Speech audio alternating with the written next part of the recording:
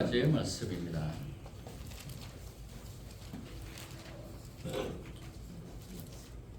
오늘 우리에게 주시는 하나님의 말씀인 줄 믿고 우리 먼저 한 절씩 같이 교독하겠습니다. 교독할 때 주님의 음성 듣기를 원합니다. 유다 족속아 이스라엘 족속아 너희가 이방 가운데에서 저주가 되었었으나 이제는 내가 너희를 구원하여 너희가 복이 되게 하리니 두려워하지 말지니라. 손을 견고히 할지니라. 만군의 여호와가 이같이 말하노라. 너희 조상들이 나를 공경하게 하였을 때에 내가 그들에게 재앙을 내리기로 택하고 이웃에게 아니하였으나 이제 내가 다시 예루살렘과 유다 족속에게 은혜를 베풀기로 뜻하였나니 너희는 두려워하지 말지니라. 너희가 행하리는 이러하니라.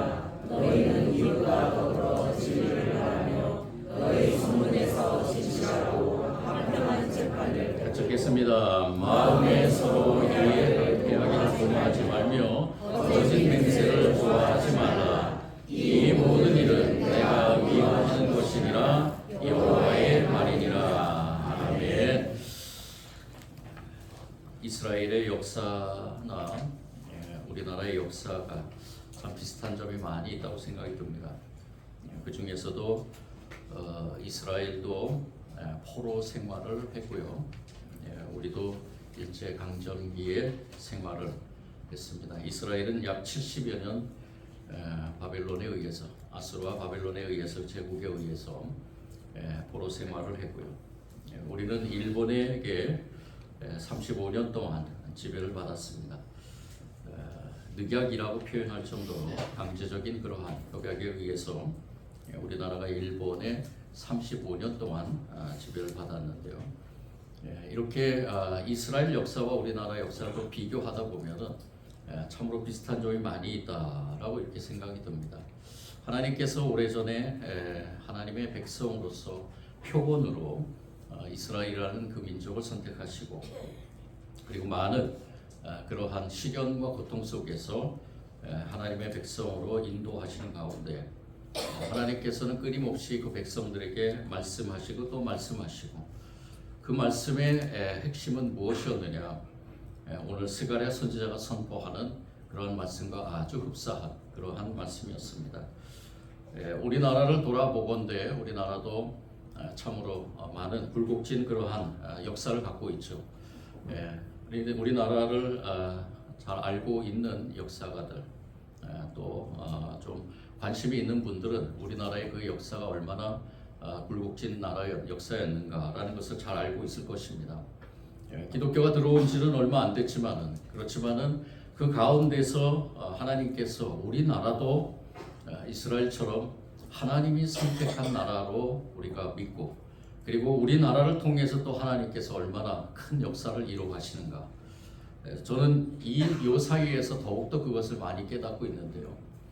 많은 학자들과 또 미래학자들과 많은 분들을 만나면서 대화하면서 우리가 앞으로 지금 기독교가 많은 욕을 먹고 있고 또 암담한 그러한 현실의 기독교인들이 예수님을 믿는 사람들이 이 사회에서 많은 그러한 어려움을 당하고 있지만은 긍정적으로 우리가 바라보건대 하나님은 우리나라를 아주 귀하게 쓰고 있다라는 것이 발견이 된다라는 겁니다.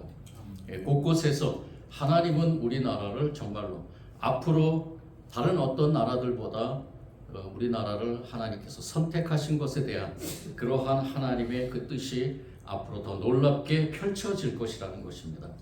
저는 그것을 믿습니다. 하나님께서 우리나라를 반드시 귀한 하나님의 나라의 그러한 도구로서 우리나라를 사용할 줄 믿고 오늘 특별히 광복 우리가 79주년이죠.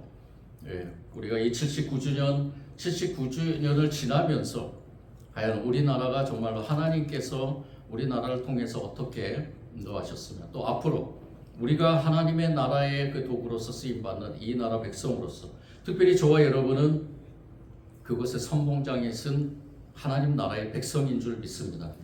이 나라 이 땅 가운데서 저와 여러분은 예수님을 믿는 사람들로서 하나님께서 저와 여러분을 사용하시는 줄 믿고 오늘 이 말씀 속에서 스가랴 선지자가 당시에 이 스가랴 선지자는요, 참으로 어떻게 보면은 자신이 그 포로였지만은 이 이스라엘에 돌아오면서 예루살렘으로 돌아오면서 사실은 이 스가랴 선지자는 어렸을 때 그 이 할아버지인 이도 제사장을 따라서 이 예루살렘으로 돌아왔습니다. 처음 1차 귀환 때 1차 귀환 때 이 할아버지의 손을 잡고 이곳으로 돌아왔기 때문에 그 어려움과 고통의 그 시간들을 어쩌면은 많이 경험해 보지는 못했을 것입니다. 그런데도 이 스가랴 선지자는 하나님께서 주신 말씀에 의해서 이 스가랴 선지자가 이 말씀을 통해서 이 이스라엘 백성들, 즉 귀환한 이스라엘 백성들, 또 그곳에 남아 있는 그 백성들에게, 하나님의 나라의 백성들에게 하나님께서 원하시는 것이 무엇인가를 구체적으로 선포하는 그러한 도구로 아주 귀하게 쓰임 받았다는 것입니다. 그래서 이 스가랴서의 말씀을 우리가 묵상해 보면은 두 부분으로 크게 나눌 수 있겠는데요. 1장부터 8장까지는 성전을 재건하는 그러한 현재 상황으로서의 8가지의 묵시를 통해서 이 백성들이 지금 무엇을 해야 될지를 선포하고 있다는 겁니다. 이 8개의 꿈에 대해서 환상과 묵시를 통해서 이 스가랴 선지자는 하나님께서 이 돌아온 이 백성들이 예루살렘 성전을 재건하는 가운데서 예루살렘 성전 재건이 중요한 것이 아니라 그 재건의 의미를 통해서 어떠한 것을 하나님께서 원하시는가를 분명히 알아야 된다는 것입니다. 하나님이 과연 이 돌아온 이스라엘 백성들에게 원하시는 것은 무엇인가? 하나님이 과연 포로 생활에서 구원한 이 하나님의 백성들에게 원하시는 것은 현재적인 그 시점에서 사는 그 삶 속에서 하나님께서 원하시는 것이 무엇인가를 이 1장부터 8장을 통해서 구체적으로 선포하고 있고요. 그리고 한참 뒤에 몇십 년이 흐른 뒤에 이 스가랴는 또다시 하나님의 말씀을 받고 9장부터 14장을 통해서 이제 미래의 구원에 대해서 말씀을 하십니다. 이스라엘 백성뿐만이 아니라 이제 메시아가 이 땅에 오셔서 모든 백성들을 구원을 원하는 그 하나님의 뜻을 전달한다는 것입니다.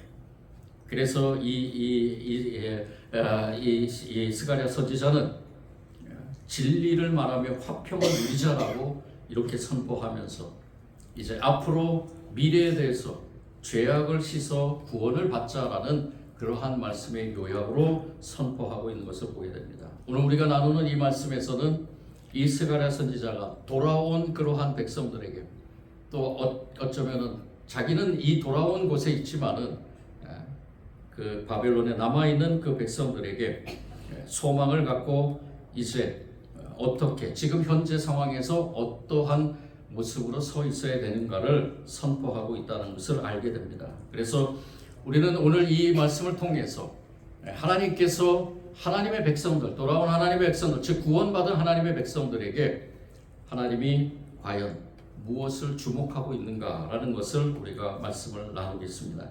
오늘 16절과 17절의 말씀이 바로 핵심입니다.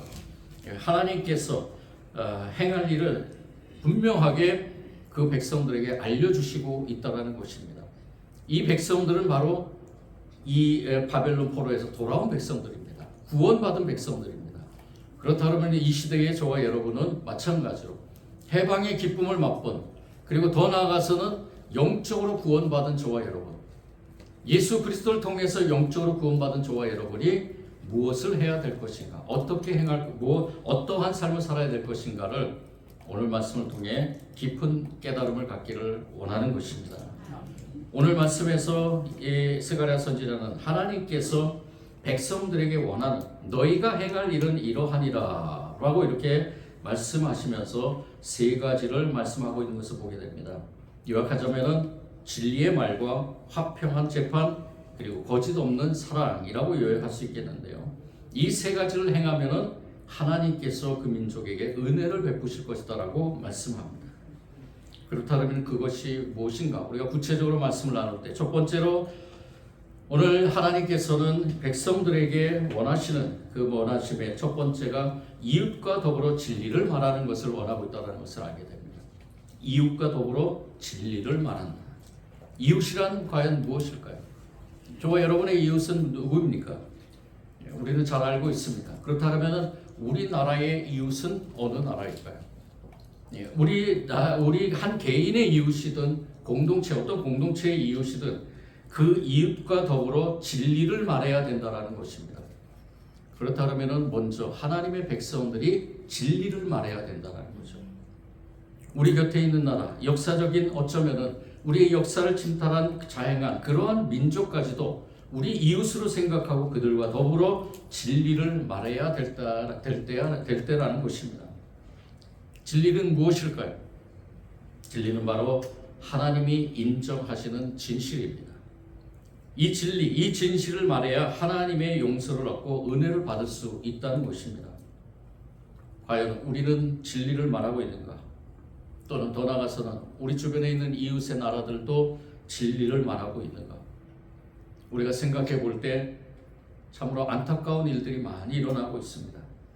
진리가 아니라 비진리로서 자신들의 권력이나 또는 재물을 얻기 위해서 그 비진리를 진리인 양 남용하는 경우가 많이 있습니다. 예수님께서는 친히 말씀하셨습니다.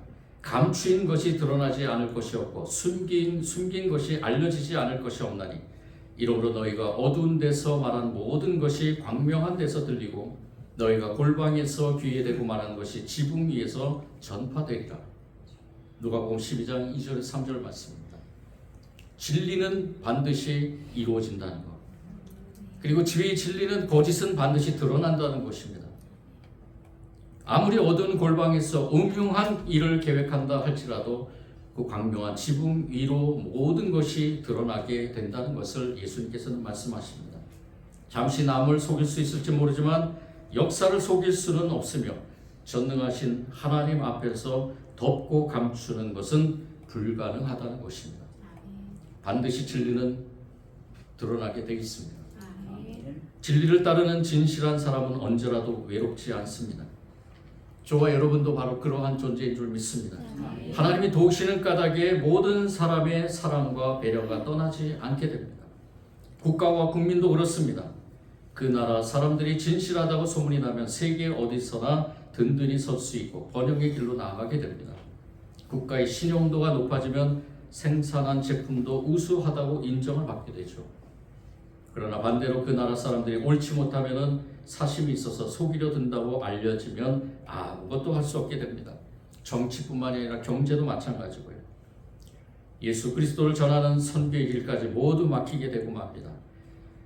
진실하게 진리의 빛 앞에 나오는 것, 오늘 광복절을 맞이해서 광복절 감사주일을 맞이해서 우리 민족에게 주시는 첫 번째 교훈일 줄 믿습니다.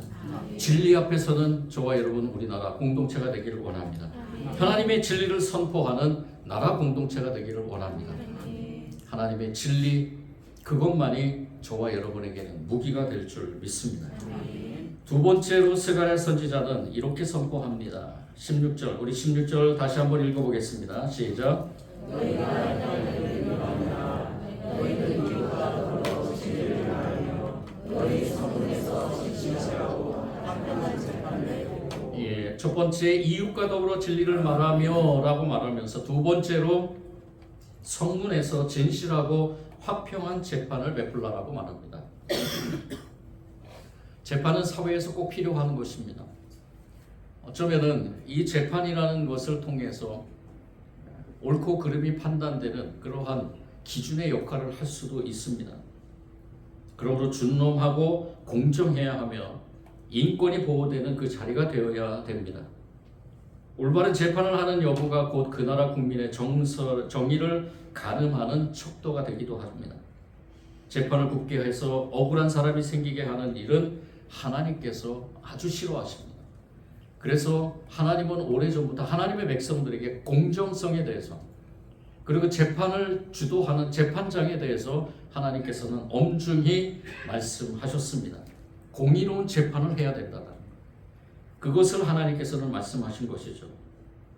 하나님께서는 이 올바른 재판을 통해서 하나님 나라의 백성 즉 하나님의 모형인 하나님 나라가 공정한 나라로서 선포되기를 원하셨던 것입니다. 하나님이 다스리시는 나라, 하나님이 인도하고 보호하시는 나라, 그 나라는 이렇게 하나님의 공의가 흘러넘치는 나라이어야 된다는 것입니다. 과연 우리나라는 의로운 재판을 해온 법치국가인가?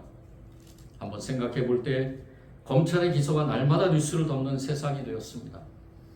저는 되도록이면 뉴스를 보지 않는데요. 뉴스를 볼 때마다 안타까운 소식들이 들려오고 또 그것에 의해서 제 나름대로 저는 목사이기 때문에 하나님께서 하나님의 그 말씀의 기준에 의해서 그 재판이 과연 공정한가를 판단하면서 안타까운 그러한 마음들이 가질 때가 많이 있습니다.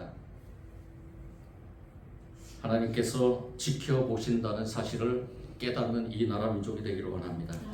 힘없고 가난한 사람들에게 위압적인 재판정이나 권력자나 재벌들에게는 한없이 관대한 자리로 변하고 있던 그러한 사례들이 없어지고 재판이라는 이름으로 면죄부를 주면 안 된다는 것을 강력하게 선포되기를 원하며 죄를 사해 주시는 데는 전제 조건이 있다는 것. 너희는 스스로 조심하라. 만일 내 형제가 죄를 범하거든 경고히 하고 회개하거든 용서하라 라는 말씀 우리가 깊이 묵상하면서 용서는 반드시 회개가 조건이 이루어져야 된다는 것입니다. 회개는 이웃을 용서하고 따뜻이 받아들이는 것이 바로 회개하는 이웃은 용서하고 따뜻이 받아들이는 것이 성경의 정신이라는 것을 조화로 우리 먼저 생각해야 될 것입니다. 이로운 정신이 광복을 맞은 우리나라의 앞길을 밝힐 것이며 또한 이웃나라도 이 정신으로 의로움을 밝혀야 될 것입니다. 너나 할 것 없이 모든 나라 공동체가 이렇게 하나님의 공의가 흘러넘치기를 원합니다. 저는 기도할 때마다 간절히 기도할 때마다 모든 나라 공동체들이 이러한 공의가 흘러넘치기를 원하며 자신들의 이익이나 자신들의 그러한 욕심에 의해서 전쟁이나 갈등이나 모든 것들이 없어지길 바라는 그러한 기도 제목을 하나님 앞에 올리곤 합니다. 여러분들도 마찬가지일 것입니다.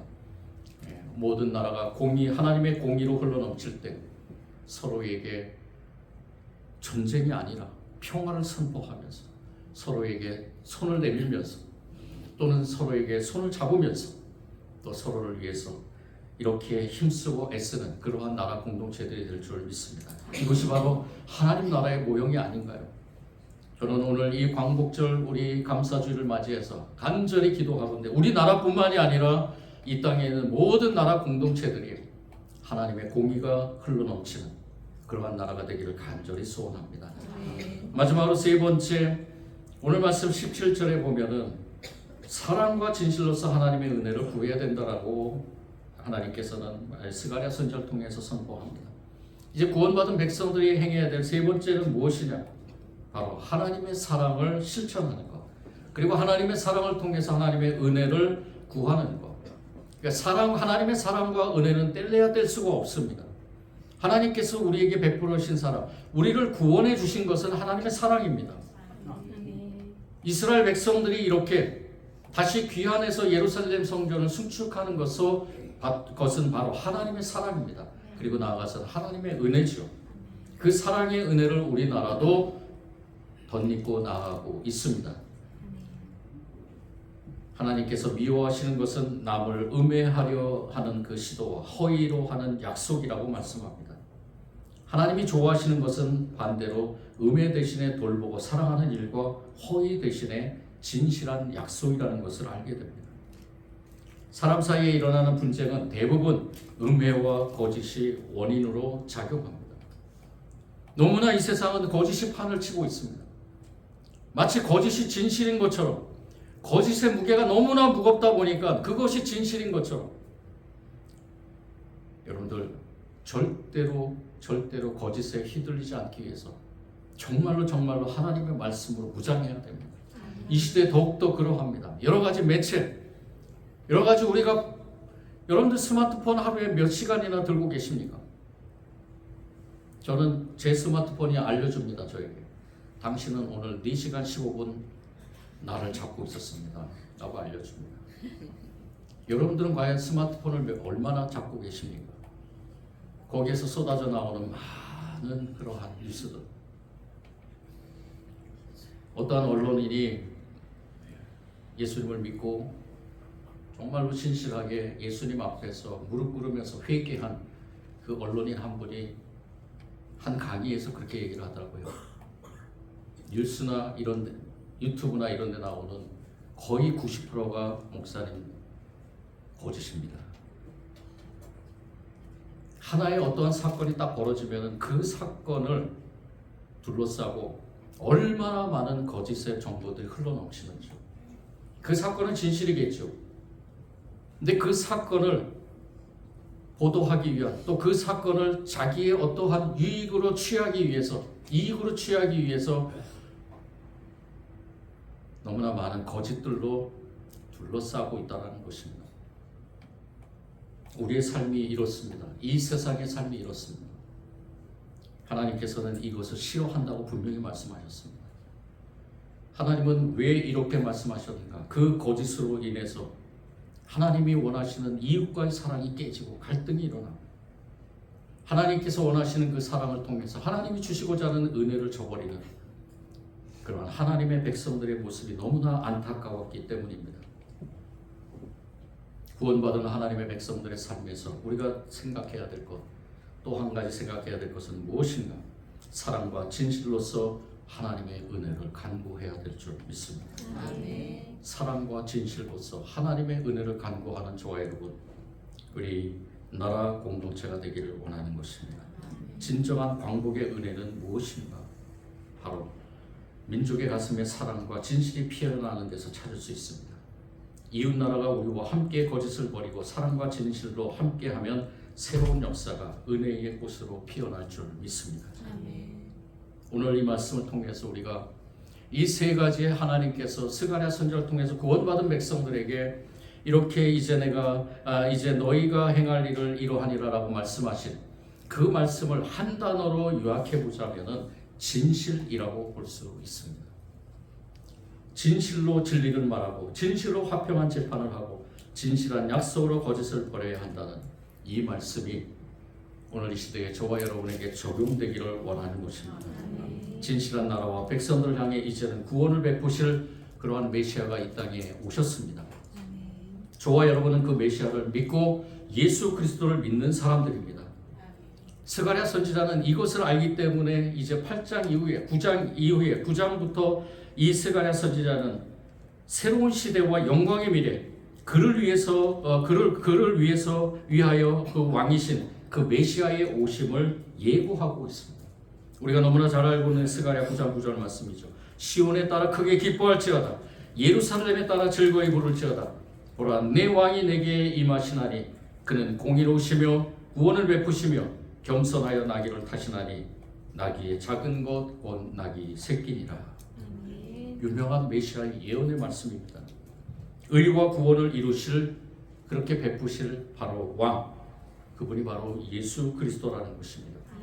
그분은 겸손하기 때문에 어린 나귀를 타고 오신다는 것이죠.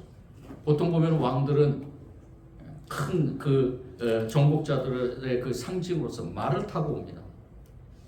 높이 앉아 위세를 부리는 것으로 인식되기 때문에 짐을 지고 나르는 보잘것없는 이러한 나귀를 타고 오는 그러한 왕은 없습니다. 근데 예수님은 그 나귀에서도 또 나귀의 새끼를 타고 오신다 합니다. 이 예언은 400년이 지난 뒤에 이루어졌습니다. 진실하고 진리를 말하는 사람들을 구원하기 위해서 예수 그리스도께서 이 땅에 오셨습니다. 하나님의 아들이 겸손하게 나귀를 타시고 예언에 따라서 예루살렘에 입성하신 것입니다.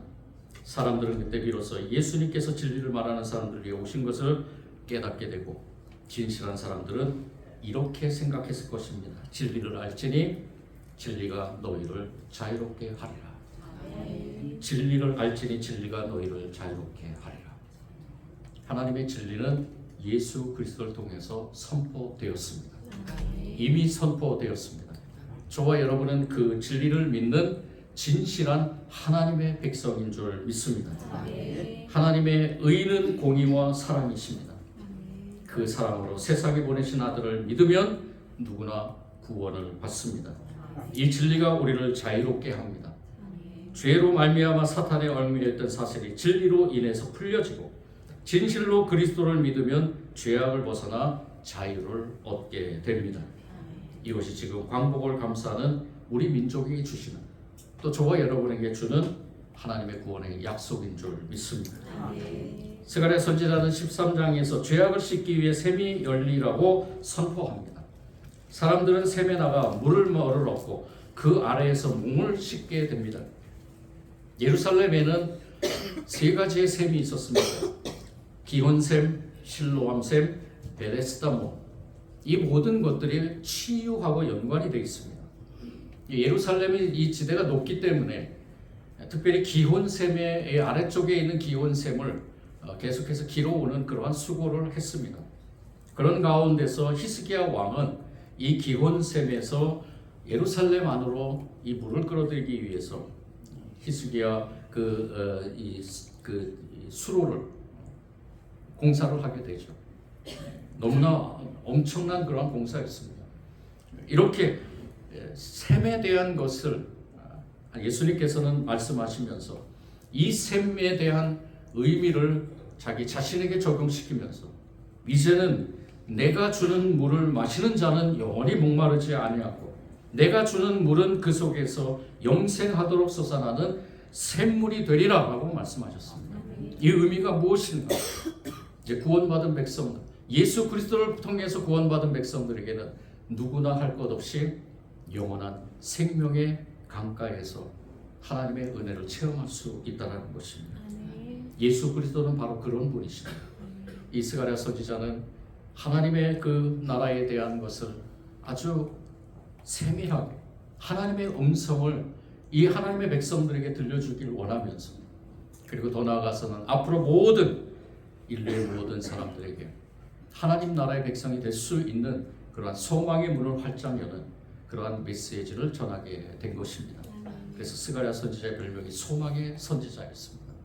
오늘 이 시대에 저와 여러분도 소망의 사람들이 되기를 원합니다. 하나님 나라는 저와 여러분의 것입니다. 하나님 나라는 누구에게나 열려 있습니다. 죄악의 사슬을 끊고 새롭게 구원받은 하나님의 나라의 백성들, 그 백성들이 이제 가야 될 곳, 참된 소망을 가지고 우리가 이 땅, 이 바벨론이라고 표현되는 이 땅에만 머무르는 것이 아니라 이제 우리는 하나님 나라를 갈 것입니다. 아니, 이미 가 있는 줄 믿습니다. 그 나라를 향해 가는 저와 여러분에게 하나님께서는 분명히 말씀하십니다. 오늘 세 가지를 꼭 기억하시기 바랍니다. 우리에게 주신 하나님의 말씀인 줄 믿고 하나님께서 우리에게 주신 이 말씀, 이웃과 더불어 진리를 말하고 진실하고 화평한 재판으로 의를 실현하고 사랑과 진실로 하나님의 의를 구해야 된다라는 이 말씀을 실천하며 하나님의 기쁨이 되는 저와 여러분이 되기를 원합니다. 이 모든 일 가운데 하나님의 놀라운 역사가 임할 줄 믿습니다. 사랑의 주님, 감사합니다. 스가랴 선지자를 통해서 선포되는 하나님의 말씀을 오늘 또 귀한 음성으로 들으면서 구원받은 우리, 구원받은 이 나라 민족이 하나님의 기쁨이 되기 위해서, 하나님께서 좋아하는 그러한 일을 하기 위해서 우리가 어떻게 해야 될지 오늘 귀한 말씀을 통해서 세 가지를 깨달았습니다. 하나님, 이 말씀을 실천하기를 원합니다. 하나님께서 우리를 인도해 주시는 가운데 결단하게 하시고 실천하게 하여 주셔서 우리 이웃과 더불어 진리를 말하고 진실하고 합당한 재판으로 의를 실현하고 사랑과 진실로서 하나님의 의를 구하는 이 나라 민족, 우리 모든 하나님의 백성들이 다 되게 하여 주옵소서. 그 뜻을 이뤄가며 하나님의 은혜를 누리는 귀한 삶이 될 줄 믿고 예수님 이름으로 기도드립니다.